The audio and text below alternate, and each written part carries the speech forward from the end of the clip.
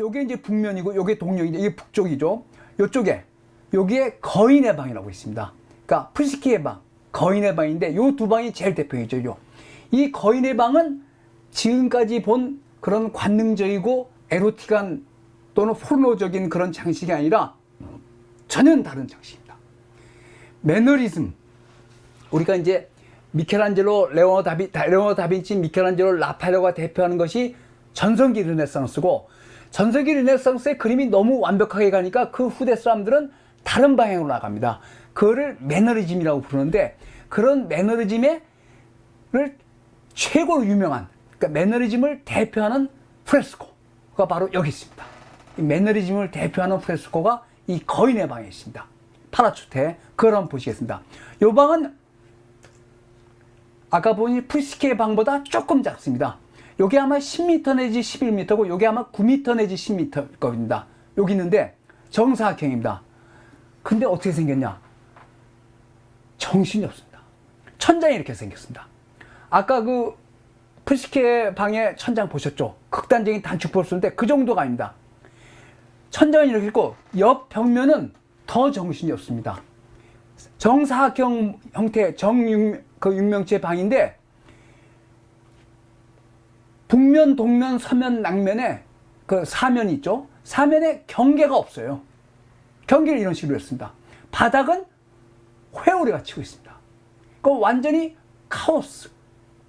그래서 요 팔라초테의 거인의 방에 있는 이 장식이 매너리즘의 가장 유명한 프레스코입니다.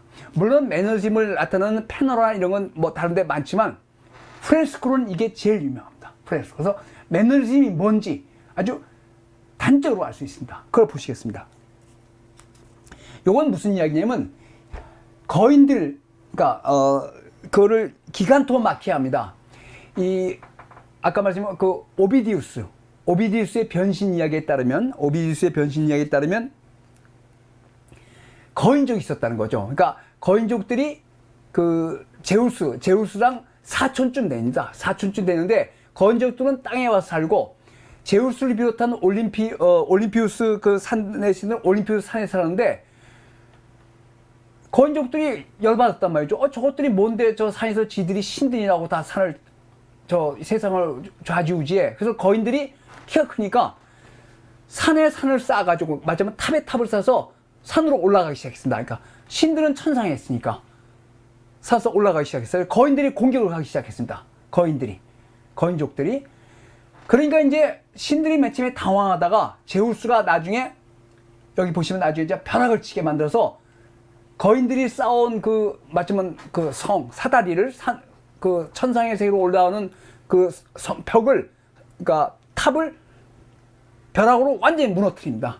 그래서 거인족들을 몰살을 시켜버립니다. 근데 나중에 그 거인족들의 피해서 인간이 나왔다는 게 그게 오비디우스의 신화 이야기입니다. 오비디우스의 변신 이야기에 오비디우스의 변신이니까 로마에서 나온 그 신화와 관련 소설 중에서 제일 중요하죠. 히랍에서 그리스에서는 호메루스의 그 뭡니까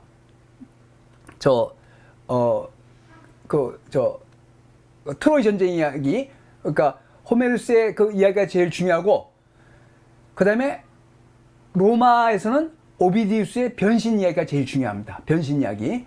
그 호메루스의 트로이 전쟁하고 오디세우스 이야기가 제일 중요하고 로마에서는 변신 이야기가 제일 중요한데 그 변신 이야기에 따르면 제우스랑 거인족은 제우스를 비롯한 올림피스 산의 신하고 거인족은 사촌쯤 됩니다. 근데 거인족들은 대지의 여신의 아들 때문에 지상에 살았어요. 신들은 올림피스의 하늘에 살았죠. 천상에. 그러다가 거인족들이 자기들이 주도권을 차지하려고 탑을 쌓아서 신들을 공격하기 시작합니다. 그래서 전쟁이 일어나요. 그렇지만 결국 그 전쟁은 거인족 학살을 끝납니다. 거인족 학살을 기간토마키아입니다. 기간토마키아. 근데 그 이야기를 그렸습니다. 그래서 나중에 거인족들이 다 학살된 다음에 그들의 피에서 인간이 나왔다는 뜻이죠. 그러니까 성경에서는 그 하느님이 만들지만 오비디우스의 변신 이야기, 오비디우스의 변신 이야기에서는 거인족들의 후손, 거인족들이 죽은 다음에 그 피에서 인간들이 태어난다 이런 이야기인데 하여튼 그 거인족과 올림피우스 산에 있는 신들의 전쟁을 그렸습니다. 그렇지만 거인족들이 패배한 이야기입니다. 근데 이 그림은 정말 혼돈 그 자체입니다. 한번 보시겠습니다. 자, 이런 식입니다. 벽면인데 보시면 알겠죠? 벽과 벽의 구분이 불분명합니다. 그 위에 천상인데 이런 식입니다. 요건 이제 나중에 보시고, 우선 천장을 보십니다. 천장은 둥근 천장인데 구름이 있고, 올림피우스 산들의 신들은 천장이야. 구름이 있고 거의 신들이 모여 있습니다. 신들이 모여 있는데, 그리고 네 귀퉁이, 이게 사각형, 정사각형 방이니까 평면이 네 귀퉁이에는 바람의 신이 있습니다. 요 바람의 신에 의해서 귀퉁이가 동서남북이 갈라집니다.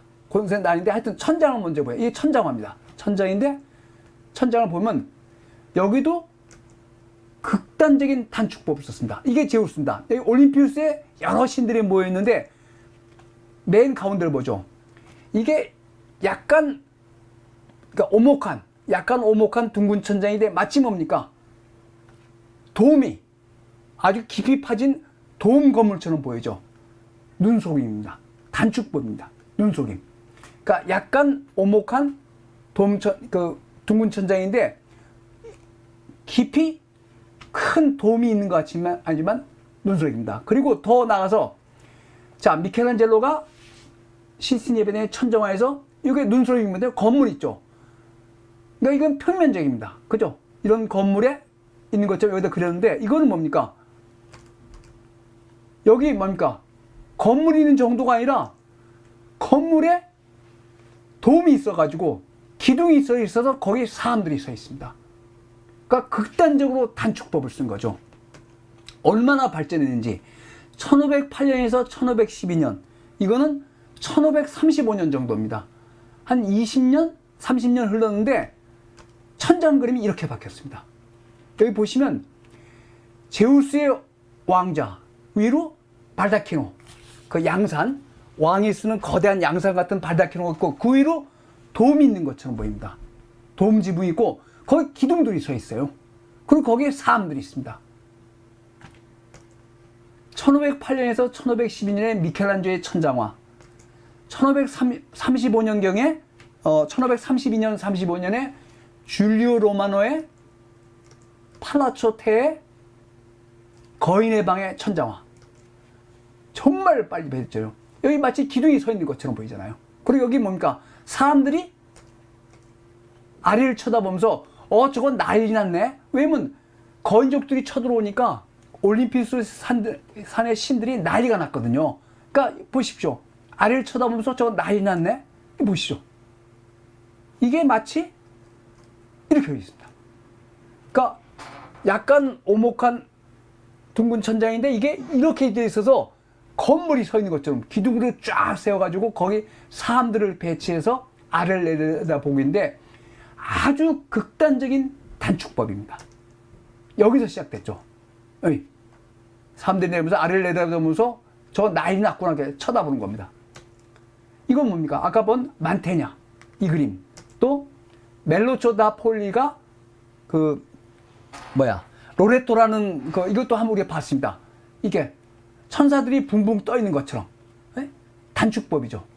그래서 처음에 여기서 시작했습니다. 만테냐 1460-70년대 그리고 그다음에 멜로초 다 폴리가 예배당 그러니까 조그만 성당 내 방에 천사들을 단축법 from below to above 마치 위에서 그러니까 극단적인 로앵그샷을 쏜 것처럼 이거 한번 봤죠? 천사들이 붕붕 떠 있잖아요. 그 마치 여기 이게 그냥 볼록 오목한 천장인데 완전히 돔이 있는 것처럼 아까 그다음에 뭡니까? 코레조가 파르마가 여기 있습니다. 만토바에 가깝습니다. 줄리오 로마 이거 당연히 갔죠. 파르마의 요 직전에 파르마 대성당의 여기 요 도만을 성모승천이라는 요게 10m 11m입니다. 10m 11m인데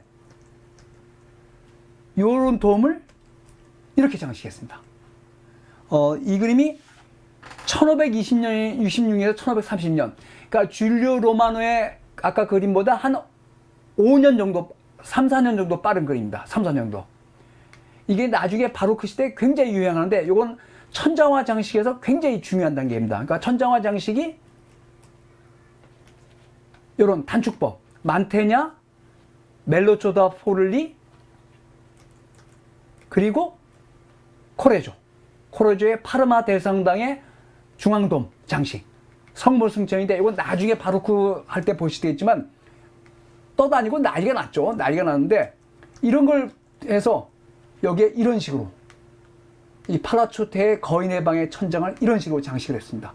굉장히 유명한 그림입니다. 굉장히 정말 완전히 눈속임도 이런 눈속임인데 극단적인 단축법을 썼습니다. 이걸 단축법입니다. 단축법. 그 다음에 이제 뭡니까?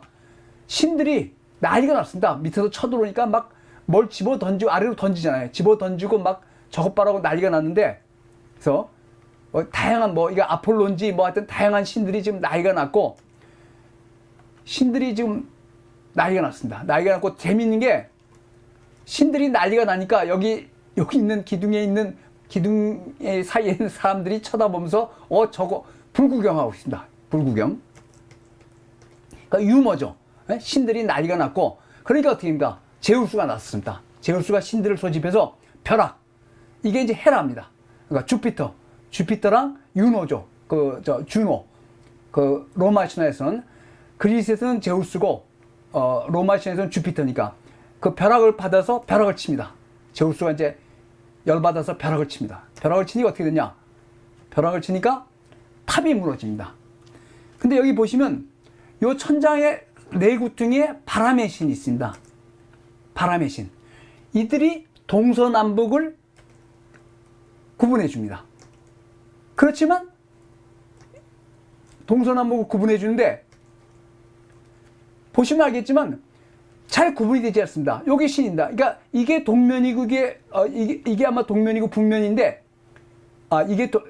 근데 동서남북이 요 바람의 신으로 구분됐지만 그림은 구분이 되지 않습니다. 그러니까 벽과 벽 사이에 경계가 없어졌습니다. 경계가 없어서 그걸 한번 자세히 보시겠습니다. 처음에는 동면에서 시작됩니다. 벼락을 치니까 무너졌습니다. 탑들이. 그래서 거인들이 깔리는 관계입니다. 거인들이. 이게 동쪽 면입니다. 구름이 있고 여기 이제 이게 동면이니까 이쪽이 북쪽이겠죠. 그러면 요게 장면인데 여기 거인들이 탑이 무너진 그 돌틈에 깔려 있습니다. 그래서 이렇게 웨누바의 거인, 이런 거인들, 이거 보시면 뭡니까? 이런 거인의 모습은 미켈란젤로이죠. 강력한 근육. 그렇지만 뭡니까? 미켈란젤로의 그 영웅적 누드는 아름답고 아주 장엄한데, 이거는 뭡니까? 굉장히 미켈란젤로적이지만 추의 미학. 그러니까 미의 미학이 아니라, 아름다움의 미학이 아니라 추의 미학이죠. 그러니까 일종의 패러디입니다. 이 줄리오 로마노가 라팔로한테도 그림을 배웠지만 근본적으로 미켈란젤로의 그 인물들의 강력한 힘, 그런 것도 배웠지만 여기서는 그거를 패러디하고 있습니다. 매너리즘의 특징이 그런 거거든요. 이 거인을 보시면 돼요. 이 거인은 분명히 보면 얼핏 보면 미켈란젤로적이지만 미켈란젤로의 그 아담이라는 것은 잘생기고, 그렇죠. 이거는 추의 미학이죠. 추의 미학. 그래서 이렇게 이 미켈란젤로적인 근육을 자랑하는 거인들이 파묻혀 있습니다. 파묻혀 있고 거기 이제 신들이 막 공격을 하는 거죠. 그래서 거인들의 몸뚱아리는 완전히 미켈란젤로 인물보다 훨씬 더 강력한 남성들인데 그들이 그거를 약간은 희극적으로 보여주고 있습니다. 희극적으로. 그리고 그 옆벽입니다. 동이니까 이게 이게 남입니다. 남쪽 면. 남쪽도 마찬가지입니다. 동쪽은 이렇게 탑들이 무너져서 그 돌더미에 거인들이 묻힌 관계이고, 그다음에 이제 그 거인들을 희화한 원숭이들이 여기 있고, 이렇게 원숭이들까지 있죠. 그래서 원숭이들이 킥대고 이런 겁니다. 예? 이런 거인들을. 그 다음에 남쪽 면은 물. 제우스가 이제 주피터가 바다의 신까지, 넵튠까지 불어서 물을 다 대홍수를 만듭니다. 그래서 물에 휩쓸려가는, 돌더미랑 물에 휩쓸려가는 거인들의 모습이고, 이게 이제 이 바람의 신이 동서남북을 구분하지만, 보시면 동서남북이 잘 구분이 안 된단 말이죠. 벽과 벽 사이가. 벽과 벽 사이에 경계가 없어졌습니다. 어디가 천장인지, 어디가 동쪽인지, 어디가 서쪽인지. 그래서 거인들이 얼굴을 가리고, 이것도 굉장히 희극적이죠. 이 손 근육 보십시오. 그리고 서로 막 난리치고, 깔리고 난리치고, 이런 장면들입니다. 이렇게. 또 무너진 걸 막고 있고, 이런 거인, 이건 미켈란젤로 적이죠. 그래서 여기 보시면 알겠지만, 이 벽과 이 벽, 동남, 그 다음에 이게 서입니다. 남쪽과 서쪽의 구분이 여기 바람의 신이 있지만 불분명하죠. 정신이 없습니다. 어디가 어디고 동쪽이 남쪽, 이게 남쪽이고 서쪽인데 남쪽 서쪽에 구분이 없습니다. 그림이 거의 연결된 것 같습니다. 원래는 사각형 방인데 그게 없고 천장까지 연결돼서 이렇게. 이게 남쪽, 이게 서쪽입니다. 남쪽, 서쪽. 근데 여기 바람의 신이 있지만 이게 경계를 가리키지만 경계가 없죠. 그 위에는 또 뭔가 구름까지 있어서 하늘과 땅, 동서남북이 혼돈의 상태입니다. 그러니까 대혼돈이죠. 카오스. 그다음에 이제 그 사람들이 물에 들어가고, 거인들이 이걸 받치고 있고, 여기 돌에 깔려 있고, 잠겨 있고, 난리가 났습니다. 네? 그래서 이런 미켈란젤로의 이뉴디는 아름답잖아요. 네? 이런 아름답죠. 네? 아름다운 나신들인데 여기는 엄청난 근육질 사람들이지만 아름답기보다는 추하고 패러디입니다. 패러디. 이런 이뉴디들의 패러디라고 볼 수 있죠. 이 엄청난 근육질의 거인들이 깔리고 돌더미에 묻히고 난리를 치고 있습니다. 이렇게. 그 막 물속으로 도망가고, 하늘은 무너지고. 그 다음에 이제 마지막. 여기 이렇게. 그 다음에 이제 마지막이, 북쪽입니다. 이렇게. 이 거인들의 돌더미에 깔린 굉장히 패러디죠. 희극적이죠. 희극적. 여기가 서쪽이고, 여기가 북쪽입니다. 마지막 북쪽이 제일 악권입니다. 북쪽은 뭐냐면, 아까는 돌더미들이 무너진 건데, 이거는 건물이 무너지는 겁니다. 이게 서쪽, 이게 북쪽입니다. 근데 서쪽과 북쪽도 경계도 불분명하죠. 서쪽, 북쪽에 위에 바람의 신이 있지만, 경계가 불분명합니다. 이어져 있죠. 그래서 여기는 돌들이, 쌓아 올린 탑의 돌들이 무너진 건데, 이거는 뭡니까? 건물이 무너지는 겁니다. 집안에서. 이쪽이 서쪽이 북쪽입니다. 하늘, 구름으로 연결된 하늘. 경계가 불분명하죠. 그래서 북쪽을 보십니다. 북쪽은 집안입니다. 건물 아닌데 건물이 무너졌어요. 건물이니까 난리가 났습니다. 네?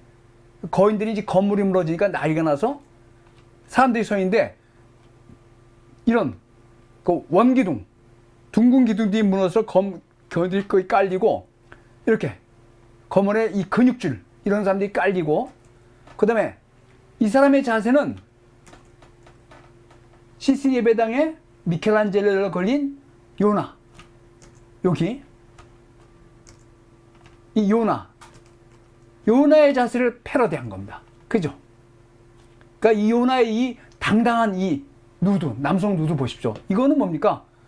같이 엄청난 근육질이지만 추하고 아름다운 이 누디가 아니라 정말 추하고 희화화됐죠. 희화화됐죠. 이렇게. 그러니까 요나의 자세랑 비슷한데 그걸 패러디한 거라고 볼 수 있습니다. 패러디. 이렇게 막 기둥들이 무너지고. 그래서 기둥들이 무너져서 난리가 났는데, 이게 재미있는 게 기둥들이 무너져서 지금 거인들이 막 정말 난리가 났습니다. 지진이 났으니까. 그래서 이렇게 온갖 인상들을 쓰면서 이 피해가 도망가는데, 요 장면이 바로 이렇게 이제 기둥이 무너진 겁니다. 기둥이 무너지고 깔리고 난리가 나는데 여기 조금 더 가면은 이런 기둥들이 실제로 있습니다. 팔라초테 입구, 동쪽 입구가 이렇게 생겼어요. 그래서 거기를 지나면 이게 보입니다. 그러니까 이 건물, 이 방 안에서 이걸 구경하는 사람들은 아까 우리가 여기로 들어왔는데 이런 기둥들이 이 거인의 방의 저 북쪽 면에서는 기둥들이 이렇게 무너지고 있습니다. 기둥들이 무너지고 이게 북쪽이 동쪽이죠. 북과 동의 경계가 바람의 신이 있지만 어디가 어딘지 잘 구분이 안 되죠. 그러니까 천장은 물론이고 내벽도 혼동의 연속입니다. 그림 내용도 그렇지만 이렇게. 그 다음에 바닥도 이런 바닥을 깔았습니다. 회오리 치는 바닥을 끊었어요. 이건 16세기에는 나중에 18세기에 다시 고친 거지만 하여튼 바닥을 이런 식으로 했습니다. 혼돈, 대혼돈이죠. 천정은 이런 식으로 난리가 난 천상의 세계입니다.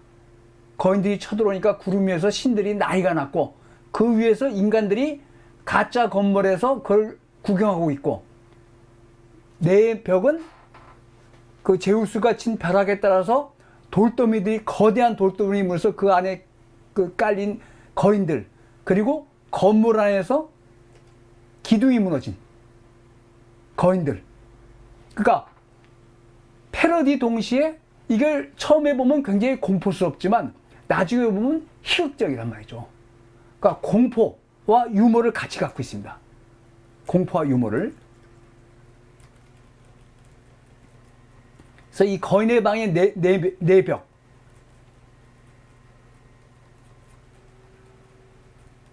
그러니까 미켈란젤로. 우리가 이제 이런 근육질 남자는 뭐 남성 이런 건 미켈란젤로 최고인데 미켈란젤로의 누드는 아름답고 좀 관능적이고 그렇죠. 굉장히 아름답지만 여기 줄리오 로마노는 미켈란젤로적인 근육을 썼지만 훨씬 과장하고 훨씬 공포적 또는 희극적으로 했단 말이죠. 그러니까 이런 세계가 뭡니까? 만화의 세계죠. 만화. 그러니까 우리가 그렇잖아요. 우리 지난번에 뭐 다크 나이트 봤지만 그 배트맨이나 뭐 슈퍼맨이나 원래 뭡니까? 만화가 나오다가 나중에 영화가 따라가는데 그런 상상력 면에서는 만화가 최고죠. 이 거인의 방은 거인족 이야기에 만화를 그려놓은 겁니다. 만화를. 보시면 거의 만화적이죠. 그러니까 이 상상력을 펼치는데 글이 최고고 글은 상상력에 제한이 없으니까 뭐 베라빌 이야기도 할 수 있다. 그 다음에 아마 만화일 텐데 거의 만화적인 상상력을 발휘하고 있습니다. 그러니까 미켈란젤로의 천지창조는 전혀 다르죠. 네?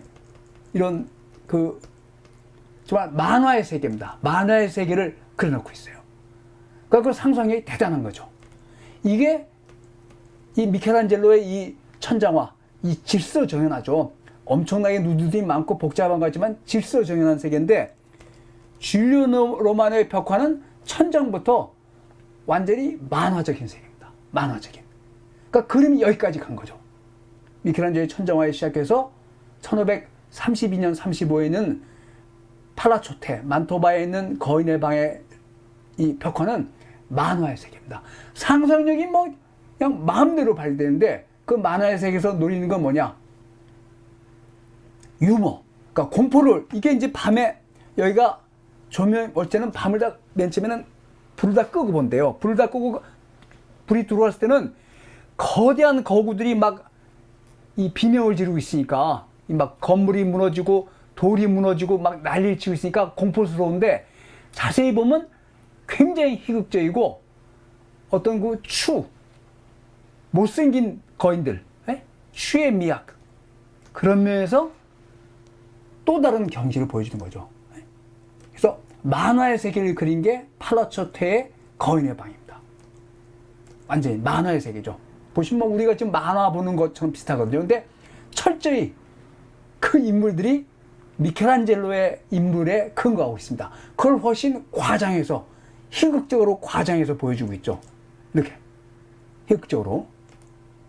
그러니까 아름답고 위험 있는 누드가 아니라 추하고 희극적인 이런 누드들을 보여주는데 그 세가 만화의 세계입니다. 여기 이 기둥 부러진 거, 예?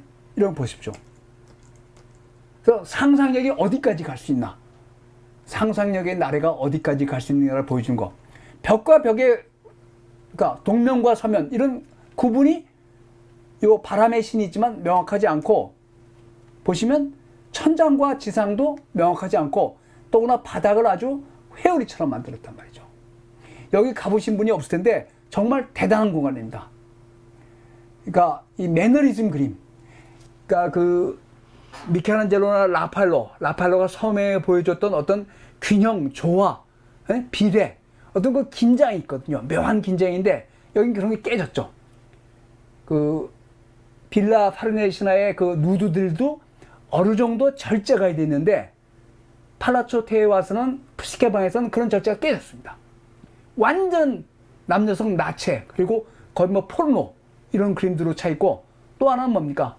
완전히 만화적인 상상력을 그리는데, 이게 사실 오비디우스의 변신 이야기에 나오는 거인족 이야기거든요. 거인 짧게 나옵니다. 근데 그거를 이렇게 만화라는 게 그렇잖아요. 야, 저거 만화다. 저 만화적인 상상력을 그려서.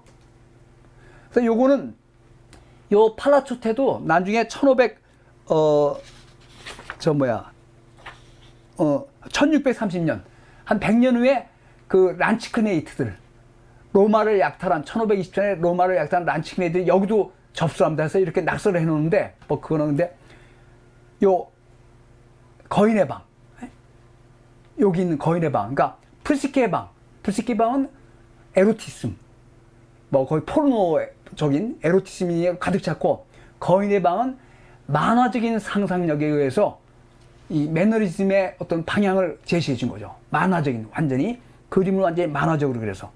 그래서 요게 요 만토바의 남쪽에 있는 팔라초테입니다. 팔라초테. 그래서 요 두 방. 근데 이거의 원래 모델이 빌라 파르네시나에서 왔단 말이죠. 근데 그거를 이제 완전히 흐드러지게.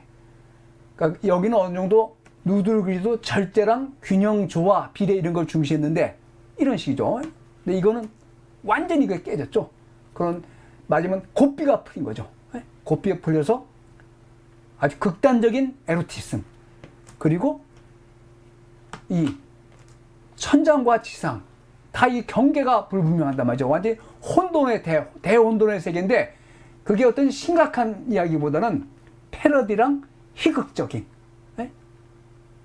미켈란젤로적 인물을 아주 과장하게 그리면서, 그러니까 미켈란젤로 때 많이 배웠습니다. 로마노도. 그러니까 자기가 따로 이렇게 그런 거에 인물을 받았지만 전혀 다른 세계를 보여주는 거죠. 미켈란젤로의 그 영웅적 누드라고는 전혀 다른 세계에 보여준 게 바로 줄리오 로마노입니다. 그러니까 재주가 대단한 사람이죠. 이 팔라초테를 다 여기서 빌라 파르네에서 라팔로랑 같이 작업한 그거를 바탕으로 이 팔라초테에서 이게 만토바에 있거든요. 만토바에 있는데 이거는 하여튼 매너리즘을 대표하는 그 벽화 프레스코로 장식돼 있다. 그 제일 유명한 방이 푸스키의 방하고 거인의 방이다. 그래서 푸스키의 방은 에로티즘, 이거는 어떤 만화적인 상상력의 세계를 잘 보여주고 있는 방입니다. 예, 오늘 여기까지 하겠습니다.